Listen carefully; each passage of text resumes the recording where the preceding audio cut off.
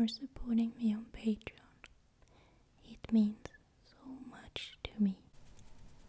Hey, welcome back, or welcome if you're new to my channel. I am still a bit ill. I was ill this whole last week once again. I have a bit of a stuffed nose, and I know that you will most likely be able to hear it during this soft spoken and whispered ASMR video, but I hope you will enjoy it nonetheless. Today we are continuing with my little series of unboxing the first World of Warcraft Battle Chest, and for this video I will be going through the Vanilla Battle Chest guide from Brady Games.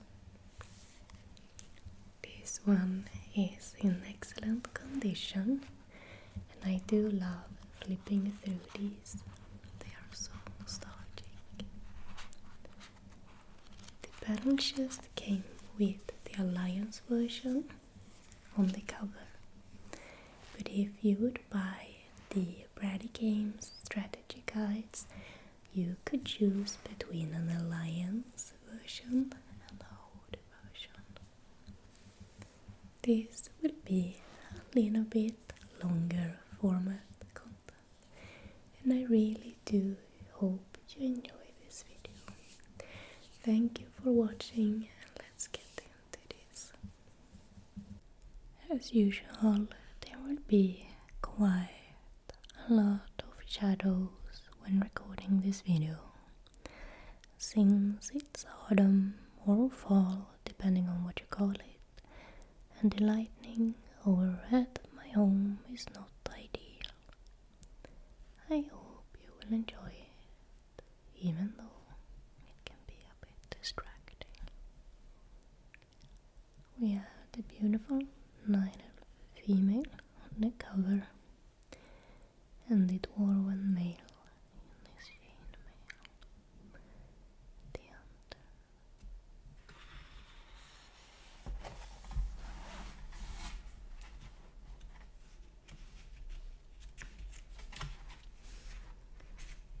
An introduction to World of Warcraft, your first day learning about the world beyond the basics, dungeons and raids to the battle crafting.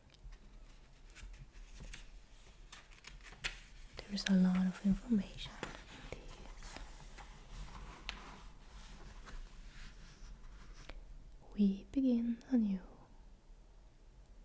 Here is a glossary of all the common words and shortening of words in the game, so you understand the lingo as a new player back in the day.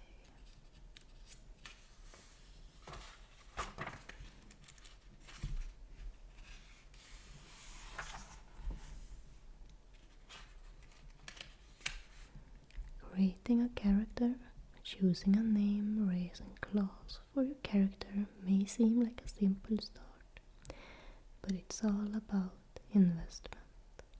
You can pick the first class that comes to mind in any race and click on the button to give a default name.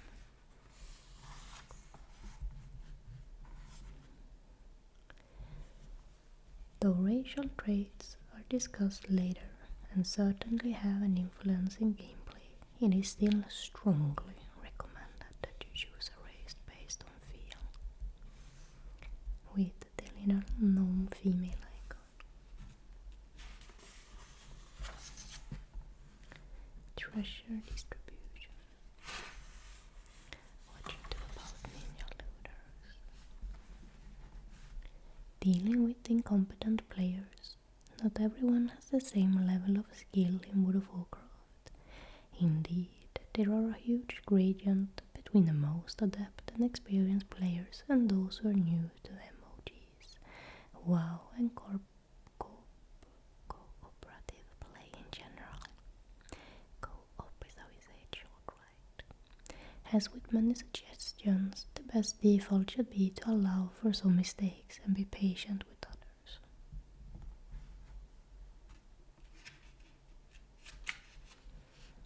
It is such a different era of time. Spam invitations, requesting buffs on strangers.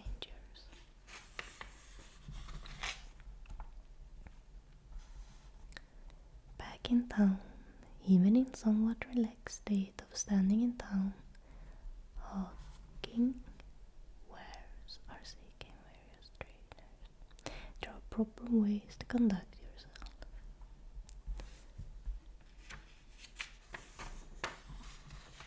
I really enjoy Classic. I really do hope to get back into the game soon. I have probably not played over a year now any games, and it's just because of the whole renovation progress and feeling drained. I feel like I lost a bit of myself renovating, working full time on top of that. It's been a very interesting year, you can say. Choose a race that looks and feels right. Take breaks.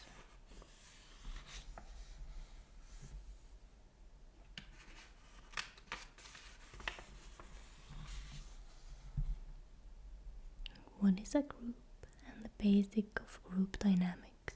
Grouping is such a central aspect of MOG play that it is discussed several times in this guide, each time with increased detail.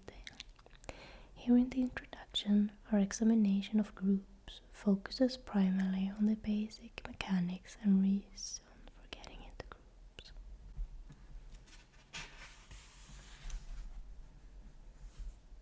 What are quests? Quest, escort quest, delivery quest, collection quest, faction quest, class quest, quest elite quest, and dungeon quest. Ways to die, death and rebirth.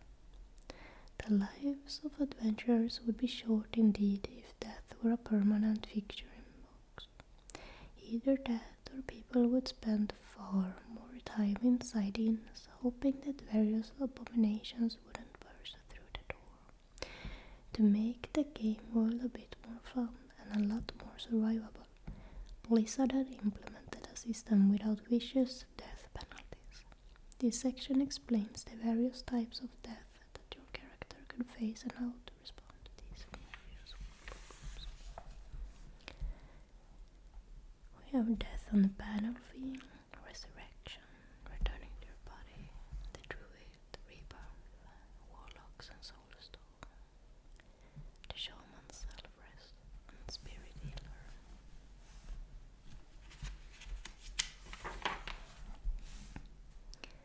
Oh wow, this very old school PC keyboard and the Mac keyboard and what buttons to push.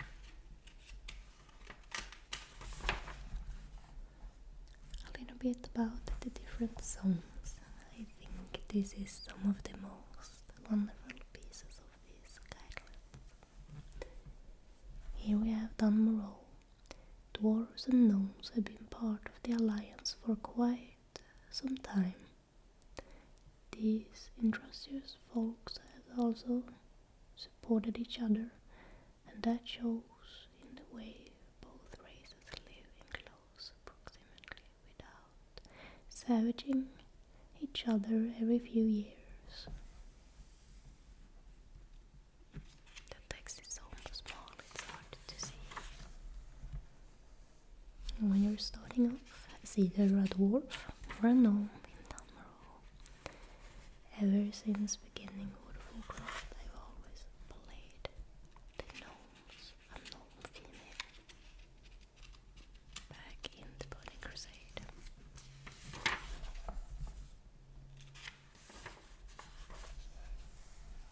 Elwyn Forest, the starting zone for the human race. Forest is the pleasant home of Stormwind City and the basket of human civilization in the east. Surrounded by settled farms, lumber mills and mines, it's no wonder where the humans get their grand ideas of a peaceful future.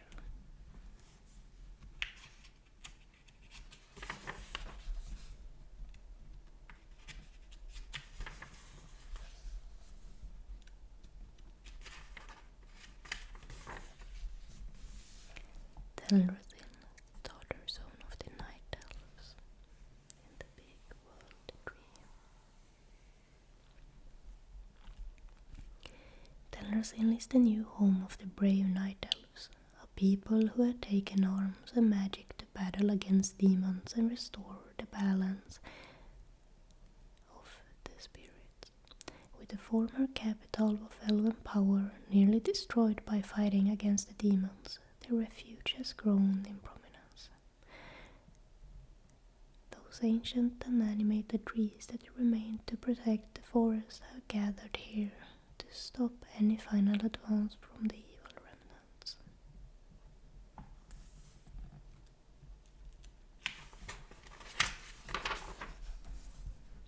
I think Teldrassil is also so close to my heart and my nostalgia. It was truly magical living here, growing up.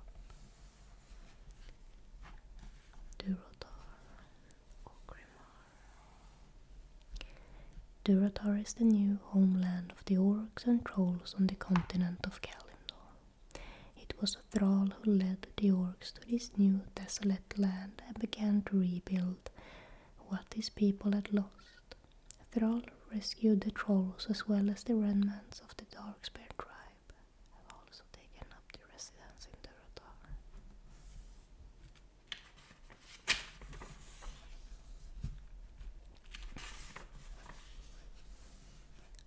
Mulgore.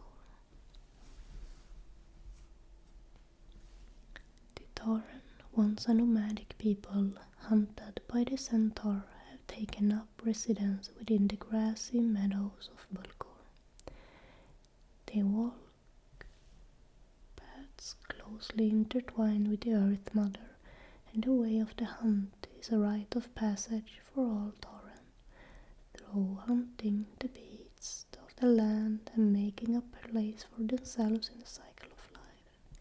The Tauren gain a greater understanding of the world around them.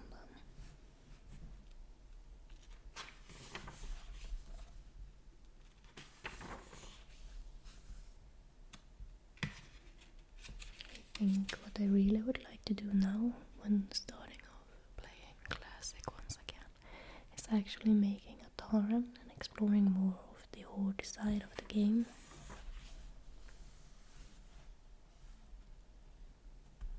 Tirisfal Glades. Tirisfal Glades has seen better days. The mighty seed of Lordaeron has fallen, demons and roach, and the last vestige of humanity has declared war on anything that isn't part of the Scarlet Crusade. What keeps this land to succumbing to anarchy? From below the ruins of Lordaeron, the Banshee Queen commands the Forsaken. Though killed by the plague and never granted death, the Forsaken have rebelled. They have chosen to reclaim Tirisfal Glades and halt the advance of the Scourge.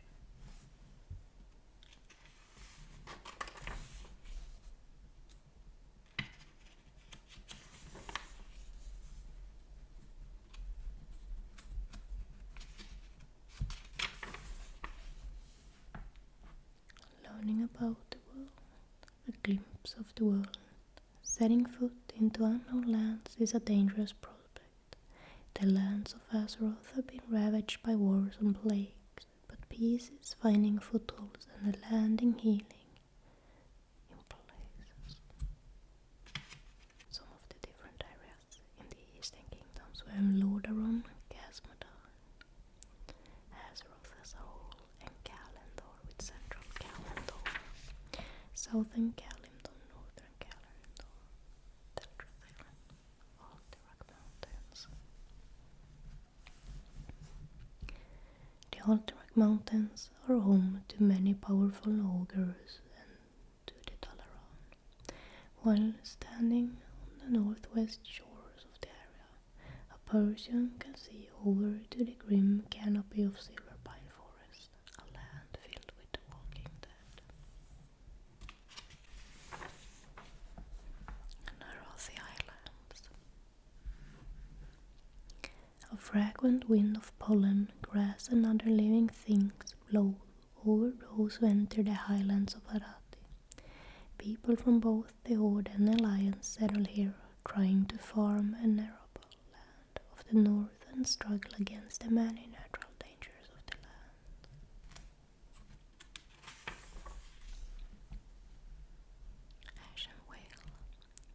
Ashenvale is a lush and vibrant area of forest, meadows and lakes. Today demons, elementals, furbolgs and many other supernatural creatures rule over the land.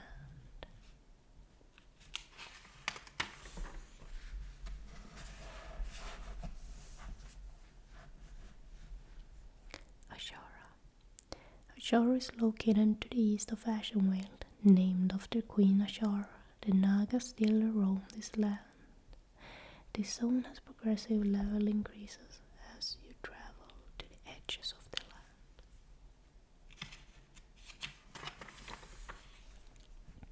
Badlands. South of Loch Modan is an area of open sand and rock known as the Badlands. Many natural predators hunt here, but there are also rare and fierce creatures as well.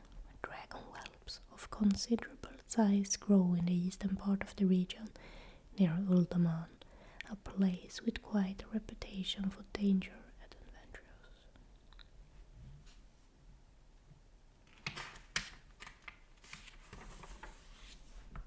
The Barrens.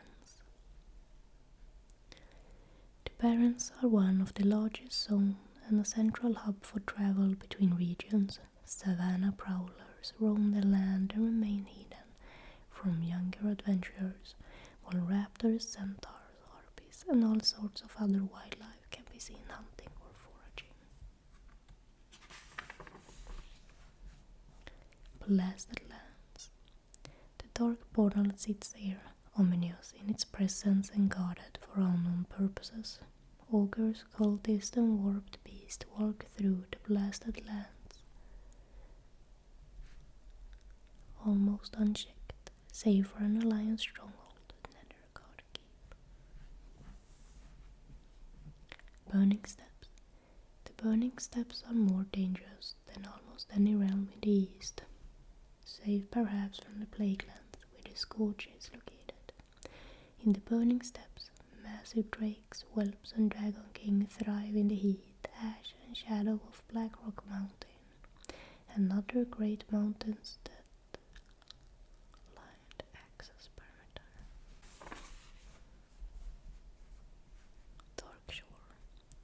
Darkshore is the first port of call for Night Elves, leaving their beloved Tarnassus behind.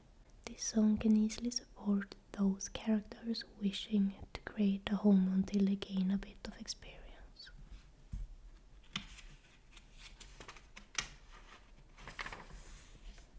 Desolate. Properly named Desolate is a land where there is little growth, joy or hope. In the south, demons move to the hills, poisoning the territory and attacking anything that comes near.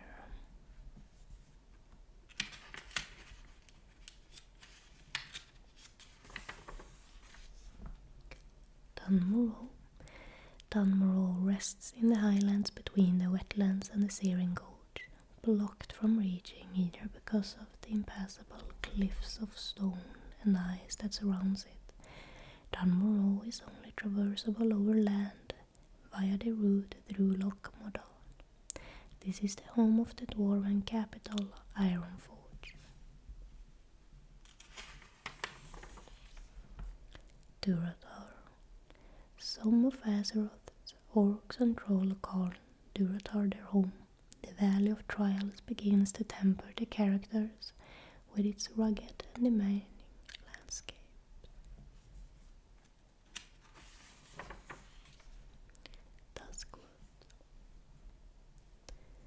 Duskwood has come quiet. The silent dead now wander through this once tranquil forest, slaying the living and threatening to overwhelm the town of Darkshire. One of my favorite songs, Duskwood March. Water in murky pools scattered among the land are the biggest indication that during Duskwood March, Theramore, an alliance city, has a few trainers and vendors, and there are many travel options including a flight path and a boat going to Menethil on the Eastern Kingdom's continent. Eastern Plaguelands.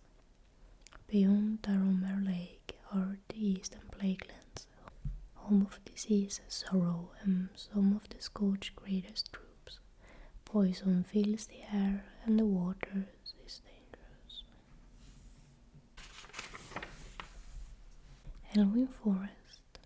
Elwyn Forest has been a quiet land for some time, but pressing attacks from the Defias Brotherhood and nearby gnolls has made the humans nervous.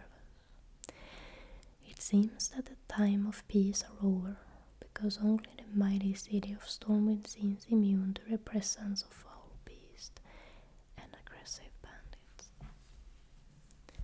Fellwood. Fellwood is rife with corruption. The once green of the land is now filled predominantly with shades of ominous brown. The Emerald Circle works hard to push out the corruption that has taken over this land, however. Their effort seems minuscule compared to the sheer devastation that surrounds them.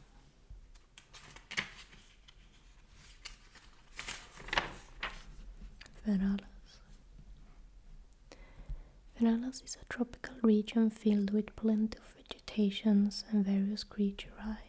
It's located south of Desolate and the west of the Thousand Needles, and are a contrast to the stark landscapes.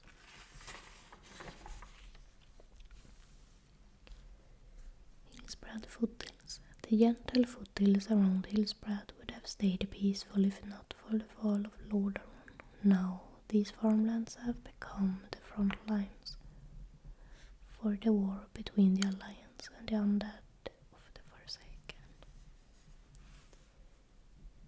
The hinterlands. In the far northeast land that is almost forgotten about those who fight for survival throughout the Eastern Kingdoms. The hinterlands is an expanse of trees and valleys where wolves, old beasts, and even dragonkin live.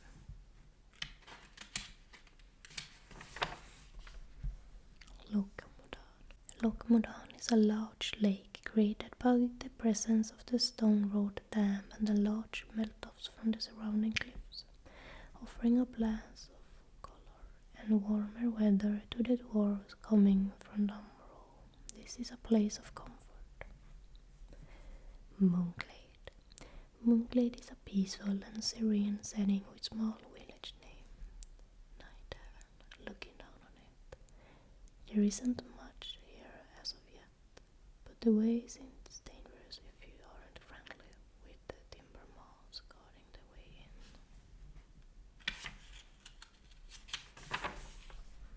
in. Mulgore. Mulgore is the starting region for the Tauren. The largest portion of the land is made up of open plains ringed by mountains and the mesas that makes up for the capital city of Thunderbluff to the north. Redridge Mountains.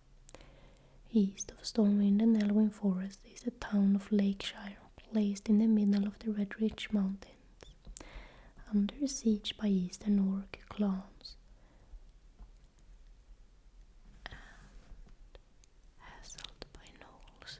Things aren't simple for the people of Lakeshire currently. Searing Gorge. West from the Badlands is the Searing Gorge, fed by lava flows. There are dark iron dwarves and elementals building up their forces to move on Nelfarion and the Alliance. The Twilight Hammers lives in the northeast. Silithus.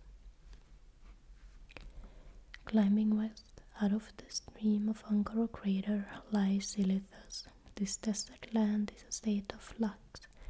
The Cenarian Circle has bravely taken up arms to defend Azeroth from the inhabitants of Ankiraj.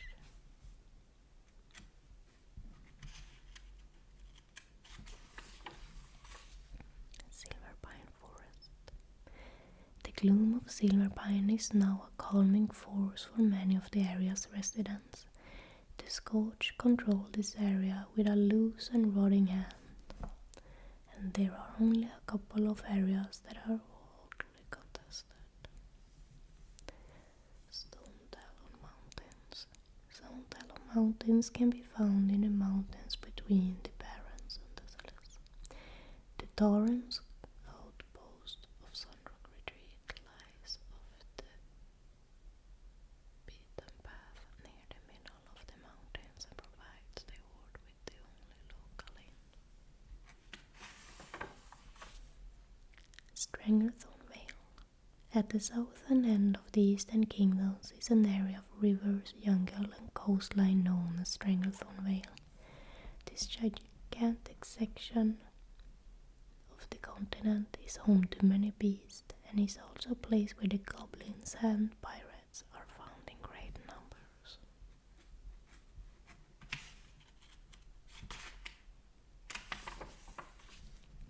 Swamp of Sorrows.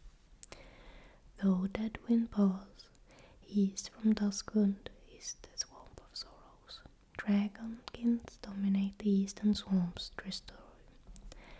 destroying any interlopes, while murlocs, spiders and horde patrols hold in the south. Tanaris. Kyrgyzstan is one big desert with all the desert creatures you have come to expect by now. It has lizards, buzzards, elementals and more.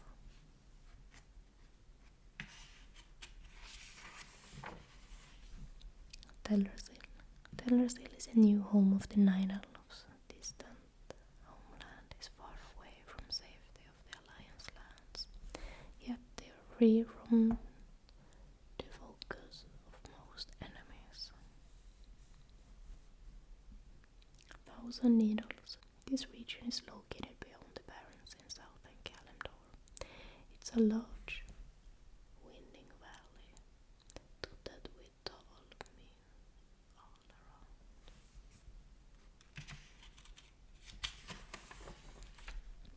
Tirisfal Glades. Tirisfal Glades have seen the ravages of plagues and the scourge. These once vibrant villages and grand city of Lordaeron lay in ruins. Angkor Crater. Angkor Crater is the blast from the past. The land is loaded with dinosaurs, walking plants, big bugs and elementals. The Western Plaguelands. Above the Adrock Mountains is the entrance to the Western Plaguelands. Tainted beasts, vicious humans from the Scarlet Crusade, and a number of scourge undead live here. Westfall. Westfall is the breadbasket of the southern lands, once home to hundreds of the best farmers. The area is now sparsely populated.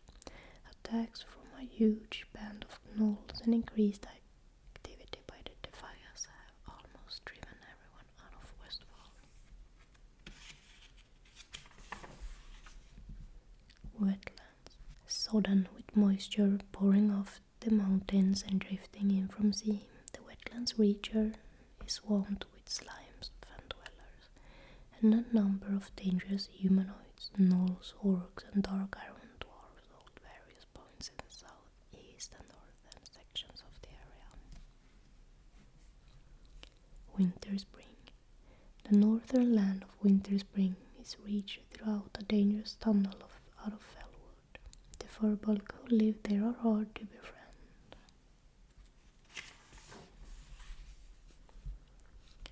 A little bit about the different cities of Azeroth. We have Darnassus, capital of the Nine Elves. Ironforge, capital of the dwarves and gnomes. Stormwind, capital of the humans.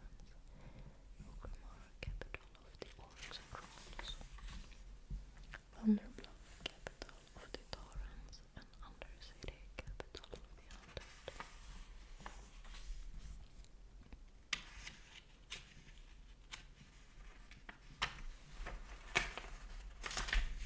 Some of the different factions and what you can get from them if you're either friendly, revered, exalted, honored.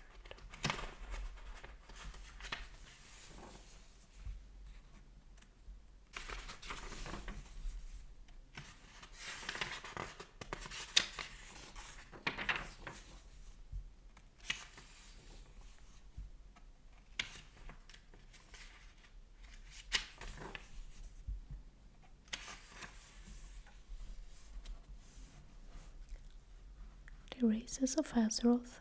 World of Warcraft is a world built on war and conflict. The races of Azeroth have found themselves choosing sides and allying in order to stay safe from their many enemies and creatures that roam it. Two factions have come of this, the Horde and the Alliance. Choosing a faction means choosing a side in a war, so consider it carefully. We have the Alliance.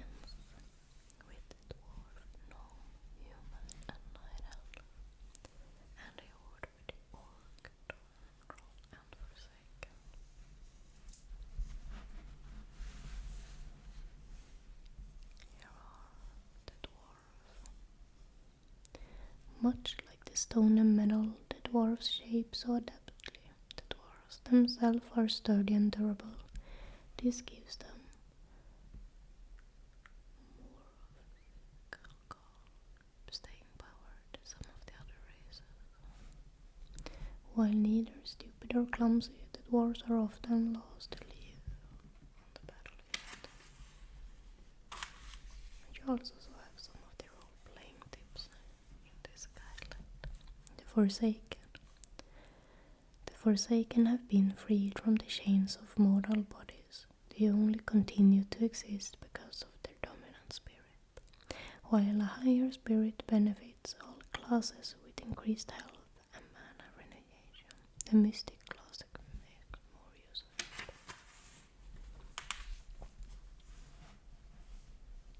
Gnomes. At first look, gnomes appear much like children. Don't underestimate them though. Those large eyes staring serenely at you hide a very active and articulate mind. They also keep your attention from the gnome's hand as it drives your bootlaces together.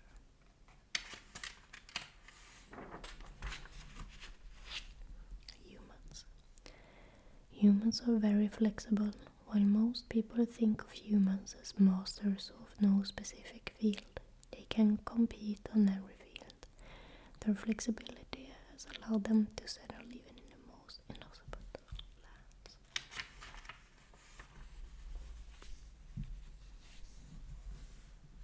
Nine Elves. Nine Elves are as agile as they are long-lived. While casters find the extra chance to dodge appealing melee classes love the added chance for a critical strike abbreviated by the increased agility.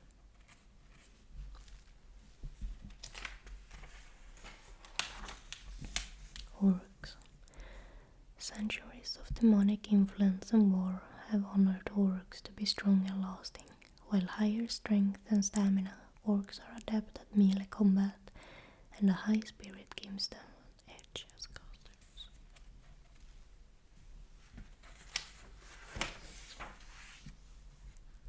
Taurens. The Tauren are massive. Their strength surpasses even that of the orcs and dwarves. Combine this with their high stamina and spirit, and the Tauren are practically made to be fit melee classes. In fact, the more intellectual caster classes aren't even available.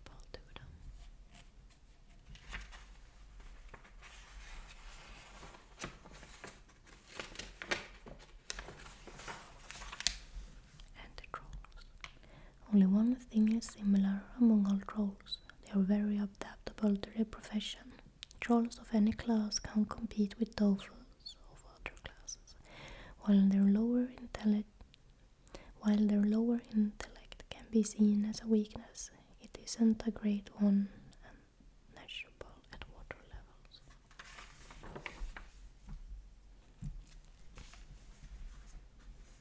Some of the different classes as well: Druid, Hunter, Mage, Paladin, Rogue, Priest down at the bottom,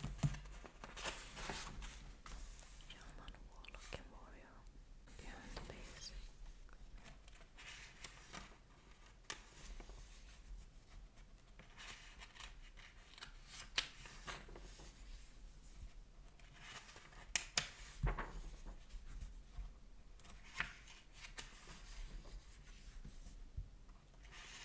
Spanning your web.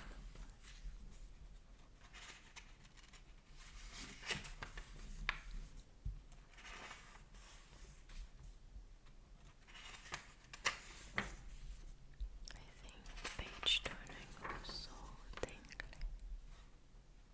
Boats and zeppelins, the deeper drive. I miss this old World of Warcraft map where I only had the Eastern Kingdoms and Kalimdor.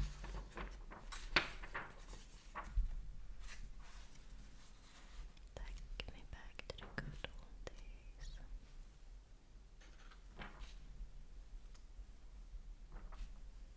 Dungeons and raids.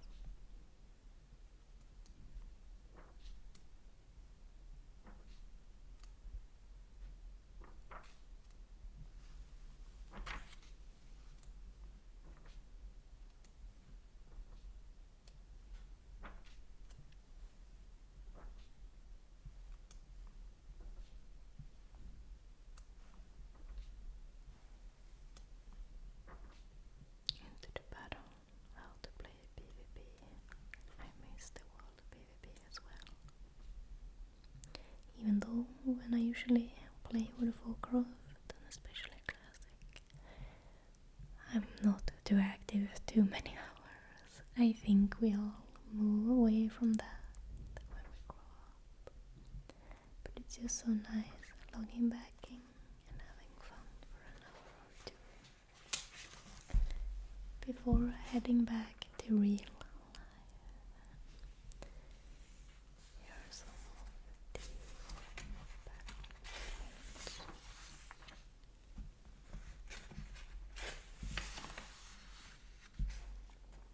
Some of the professions: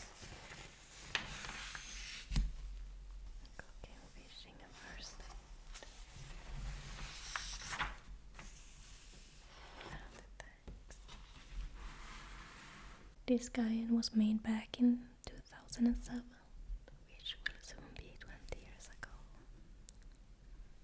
This is so crazy to think about. Thank you all so much for watching this video. I hope you found it